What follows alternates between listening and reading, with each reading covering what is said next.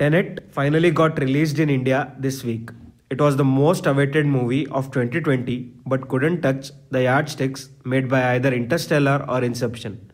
Based on the concept of time inversion, this spy thriller is a genius craft taking into consideration every minute detail such that the laws of physics aren't violated. But I think it's high time that Chris Nolan should get rid of his obsession with time. Before I get into details, I would like to tell you guys that this is a spoiler free review, but I have tried to hint some spoilers.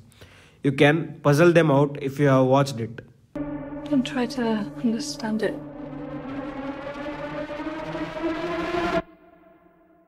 Feel it. The plot of the movie is similar to that of any typical movie that involves time travel, but this one is a much reasonable and naturally correct. Played by John David Washington, the protagonist is trying to stop a forthcoming war that is much dangerous than a supposed nuclear holocaust. Alongside is Neil, played by the future Batman, Robert Pattinson, who knows everything but doesn't let it out to the protagonist. The rapport between Neil and the protagonist is so alluring that midway through the film, you gain the benefit of doubt that Neil might be into something fishy.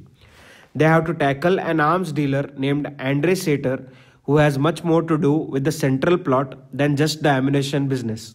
Used as a decoy by her husband and also the protagonist, Catherine has to deal with the ongoing situations and the emotional wave of life and motherhood.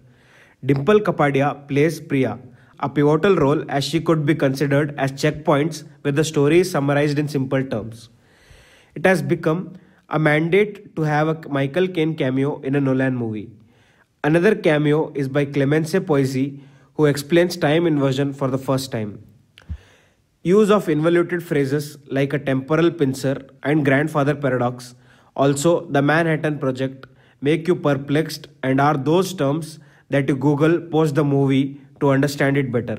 The protagonist keeps questioning Neil repeatedly about who recruited him for this job, and he gets the answer only in the climax, which I think could be a lead into making a movie on Neil's past. And I presume that it would be better than Tenet. Unlike other Nolan movies where you need to watch them multiple times to acknowledge what's actually happening, Tenet lets out 95% of the complexity and you leave the theaters with knowing almost everything and a very little left to decode. I guess this is what makes the movie somber. The movie is embedded too much into the intricate technicalities and hence characterization is left out. The climax, the car chase and the plane crash scenes are remarkable.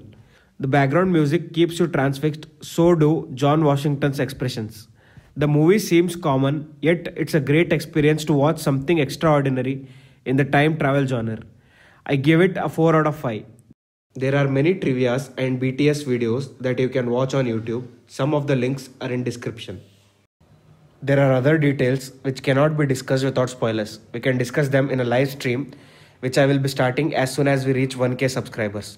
So share this video with your friends so that we can reach the 1k mark as soon as possible.